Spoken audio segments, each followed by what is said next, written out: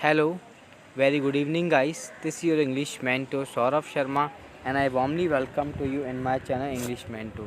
And guys, आज आपके सामने मैं बहुत ही शानदार टॉपिक लेके आया हूँ जो हम डिस्कस करेंगे cold war. What is the meaning of cold war? Either sometime we know as a शीत युद्ध. कुछ स्टूडेंट्स को शीत युद्ध या इसको एक युद्ध का नाम और है प्रॉक्सी वॉर के नाम से भी जानते हैं.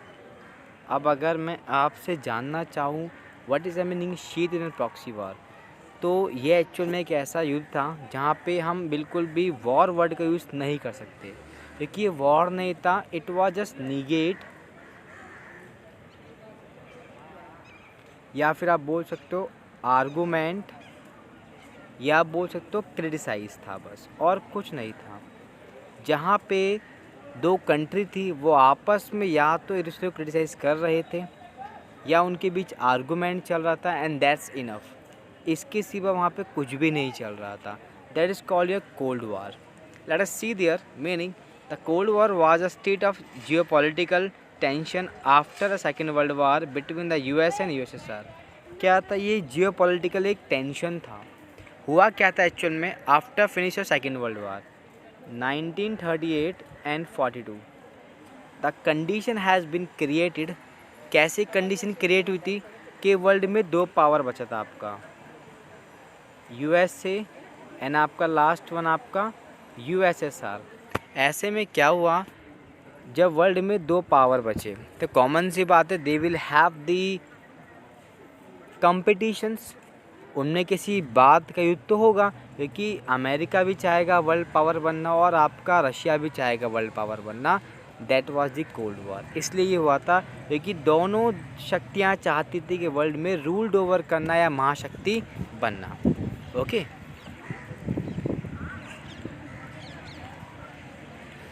एंड अगर मैं बात करूँ आपके सामने, first country is there right now on your screen. That was the first America and second was there आपका यूएसएसआर मीन्स रशिया. अब एक question always should be raise up there, why? ये युद्ध क्यों हुआ था? What was the condition, what was the tempt? क्या condition थी, क्या टेम्प्ट थी जो ये वॉर हुआ था आपके लिए? अगर मैं बात करूं तो यहाँ पे कहने की ना थिंकिंग थी, जहाँ पे एक तरफ अमेरिका रिप्रेजेंट करता था कैपिटलिज्म, लिबरल एंड डेमोक्रेसी, वहीं पे आपका जो रशिया था that represent your socialism and communism. अगर मैं नॉर्मल सी बताऊं आपको, अभी डेमोक्रेसी एंड कम्युनिज्म में यहाँ पे था राजाओं का ruled. There was monarchy accepted. Democracy में we all know very well, यहाँ पे इलेक्शन होता है और पर्टिकुलर एक व्यक्ति जो होता है ही has to be there president either PM, या तो उसको राष्ट्रपति बनना है पीएम बनना है. तो जो जनता के द्वारा शासन होगा वो डेमोक्रेसी कहलाएगा, जहाँ पे इलेक्शन होते हैं आपके. अब आपको समझ आएगा. लेकिन यहाँ पे क्या था आपका हायरार्की था, पितृवांशिकता. अगर मैं राजा हूँ तो मेरा बेटा भी राजा होगा. तो कहीं ना कहीं कंडीशन बहुत ज़्यादा एक्सेप्ट नहीं थी. Second was there was the capitalism. यहाँ पर सोशलिज्म. यहाँ पे सोशलिज्म मतलब क्या होता है? स्टेट का राइट होगा, जबकि यहाँ पे क्या था आपका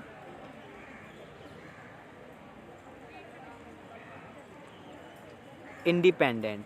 मतलब अगर अमेरिका में कोई भी व्यक्ति किसी भी काम को करता, आइदर इट कॉल ट्रेड या whatever they want to do, they are very very independent. समझ आ रहा कुछ आपको? जबकि रूस में नहीं था. रूस में अगर कोई व्यक्ति किसी भी काम को कर रहा है तो वो कतई इंडिपेंडेंट नहीं था, जबकि आपके अमेरिका में everyone was there independent to do their working. हर कोई अपने काम को करने के लिए पूरा आज़ाद था, and no one there interference ever. देखिए अब कैपिटलिस्ट का मतलब क्या होता है? जहाँ पे हमेशा मिक्स इकोनॉमिक की बात हो. मतलब पूंजीपति होंगे, ट्रेड होगा, मैकेनिज़्म होगा, और काफ़ी बड़े लेवल में आप इकोनॉमिक्स को ग्रोथ करोगे. सोशलिज्म में क्या होगा, इकोनॉमिक्स तो ग्रोथ होगा, इसमें डाउट नहीं है, लेकिन वो क्या होगा, स्टेट अंडर होगा। जब भी कोई इकोनॉमिक ग्रोथ हो रही है, अगर वो अंडर द रूल्ड हो रही है, किसी के अधीन हो रही है, तो आप इकोनॉमी का इतना प्रॉफिट नहीं कर पाओगे, जो रशिया में था। The political idea that based on equality where money and property will divide equally. यहाँ पे क्या था, जो मनी एंड प्रॉपर्टी होगा वो इक्वल डिवाइड होगा। अगर कोई व्यक्ति 10 रुपीज़ कमाता है तो उसको 5 और 5 देना पड़ेगा, जबकि ये कैपिटलिस्ट में नहीं होता। यहाँ पे whatever you are running it's up to you, just you have to pay your tax. आपको सिर्फ अपना टैक्स पेयर बनना है, विच इज़ रियली गुड। अब अगर नेक्स्ट हम बात करें characteristics of the cold war, cold war के कैरेक्टरिस्टिक्स क्या थे।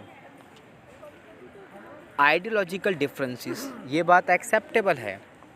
जो अमेरिका की जो सोच थी वो रशिया से अलग थी, yes sir, that was डिफरेंटिएट।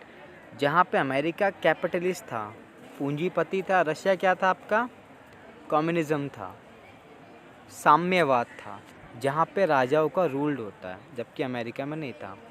Next arms race थी, दोनों के बीच जो मोस्ट ज़्यादा डेंजर चीज़ थी वो थी आर्म्स रेस।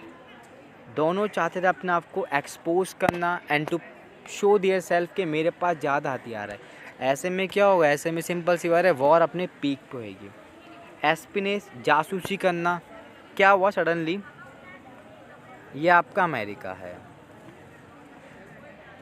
ये आपका रशिया है। रशिया के पास just imagination there is right now having the Czechoslovakia, Russia का स्टेट है चेकोस्लोवाकिया, बहुत शॉर्ट स्टेट है वो। अमेरिका ने क्या करा, अपने यहाँ पे कुछ सिपाही को ना बैठा दिया या उस एरिया को सब्जुगेट कर दिया, अधीन कर लिया। ऐसे में क्या होगा, वो आसानी से नज़र रख सकेंगे किस पे, आपके रशिया पे। तो कहीं ना कि जासूसी हो रही थी, ये काम सिर्फ अमेरिका ने, इवन ये काम रशिया ने भी किया था। तो इस जासूसी के कारण क्या हुआ कि जो ये आपका कोल्ड वॉर था, it reach on its peak. Psychological warfare, ये साइकोलॉजिकल भी थी, क्योंकि अमेरिका साफ बोलता था I don't support ever communism, और रूस साफ बोलता था I don't support ever capitalist. और रूस का मानना ये भी था कि अमेरिका कहीं ना कहीं एक वॉरफेयर कंट्री है, एक ऐसी कंट्री जो सिर्फ युद्ध को सपोर्ट करती है। Even Russia was not one of them. तो ऐसी कंडीशन में क्या होगा, ये एक साइकोलॉजिकल वॉरफेयर बन जाता है। और भी कंडीशन थी बहुत सारी, किसी की बात का क्रिटिसाइज़ करना, साइकोलॉजिकल बैड फील कराना। अगर रशिया कुछ भी काम करता रहे, अब भी मुझे याद है जब अमेरिका ने 50 के बाद से 1950 के बाद से क्या हुआ, स्टार्ट कर दिया आपके कहाँ पे काम करना, आपके स्पेस पे काम करने के लिए। तो ऐसे में क्या हुआ, रूस ने भी स्टार्ट कर दिया। तो ये साइकोलॉजिकल वार हो चुका था, ना तो रशिया चाहता था कि अमेरिका आगे बढ़े, ना अमेरिका चाहता था कि रशिया आगे बढ़े। फिर नेक्स्ट कुछ रूल्स आए थे यहाँ पे।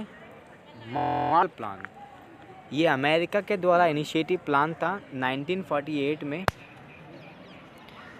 द कंट्री इकोनॉमिक कंडीशन, जितनी भी कंट्री है जिनका इकोनॉमिक अफेक्टेड हुआ है, अमेरिका विल हेल्प देम।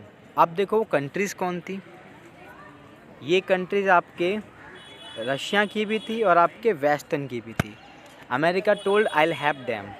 तो ऐसे में कहीं ना कहीं रूस को ना वो नीचे दिखाना चाहता था कि आप अपनी कंट्री की भी हेल्प नहीं कर सकते हो, एंड मैं हेल्प आपकी स्टेट एंड आपके नियर अबाउट जितने भी नेबर्स हैं उनकी हेल्प करूँगा। तो ऐसे में क्या होगा, इकोनॉमिक वॉरफेयर भी होगा।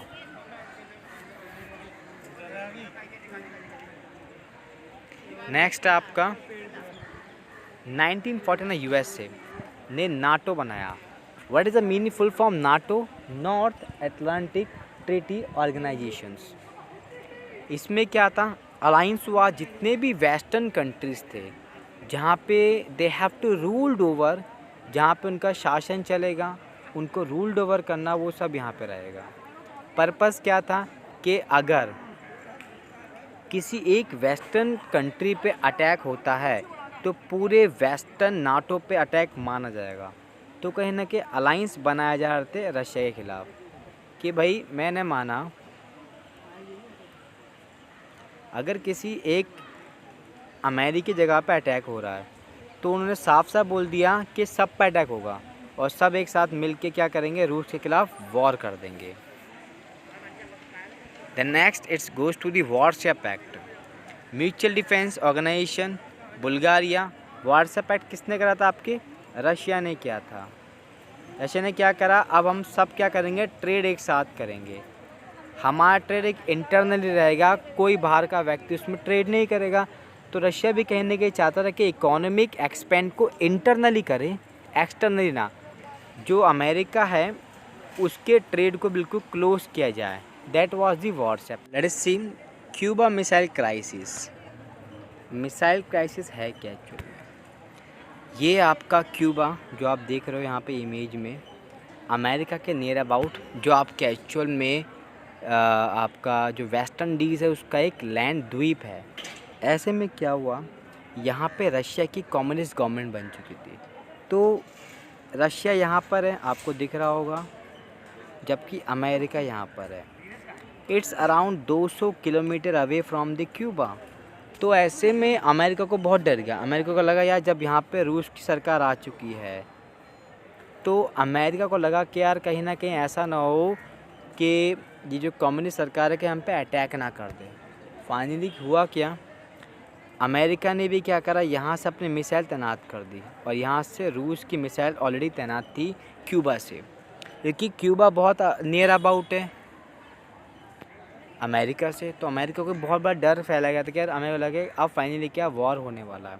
बट उस समय निकिता क्रूश्चेव जो आपके रूस से रिलेटेड करते हैं, उनकी समझदारी या what ever he told it, उन्होंने इस चीज़ को बहुत ज़्यादा ही पुश ऑन किया कि बोथ कंट्री को शुड प्रिवेंट देयर, जो इन दोनों कंट्री को क्या करना चाहिए, अपने रुकना चाहिए इस वॉर को, क्योंकि वो भी जानते थे इस बात से कि ये वॉर एक्चुअल में कुछ वॉर है ही नहीं।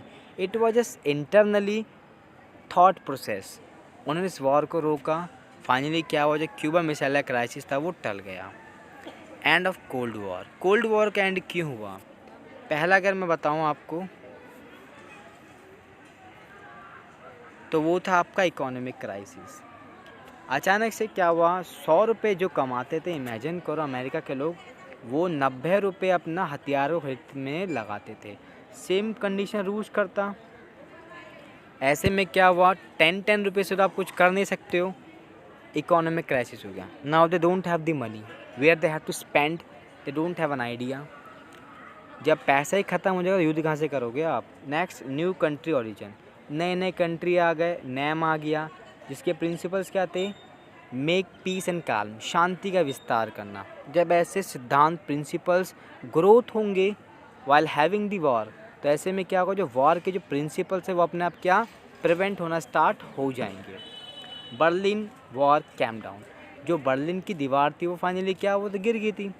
आफ्टर कोलैप्स इट, जो रियलिस्टिक कारण था वो कारण क्या था कि भाई जर्मनी के 2 पार्ट बटे हुए थे, आपका वेस्टर्न ईस्टर्न। यहाँ पर तो राइट्स आपका अमेरिका का था और यहाँ पे आपका रशिया यूएसएसआर का था। जब यही ख़त्म हो जाएगी तो आराम से आना जाना हो जाएगा। Nothing was there any particular issue जिससे वॉर हो। और ये जो रियल रीज़न थे इसके कारण क्या हुआ, आपका जो कोल्ड वॉर था वो ख़त्म हो गया। उम्मीद करता हूँ स्टूडेंट्स आपको ये मेरा लेक्चर पसंद आया होगा। बहुत शॉर्ट लेक्चर था, इसका पर्पस यही था ताकि आप लोग अपने घर में स्टडी कर सको। अगर आपको पसंद आया तो प्लीज़ मेरे इस लेक्चर को आप शेयर ज़रूर करिएगा, लाइक भी करिए and don't forget subscribe to my channels. I will be really kind of you. तब तक के लिए guys, goodbye and take care.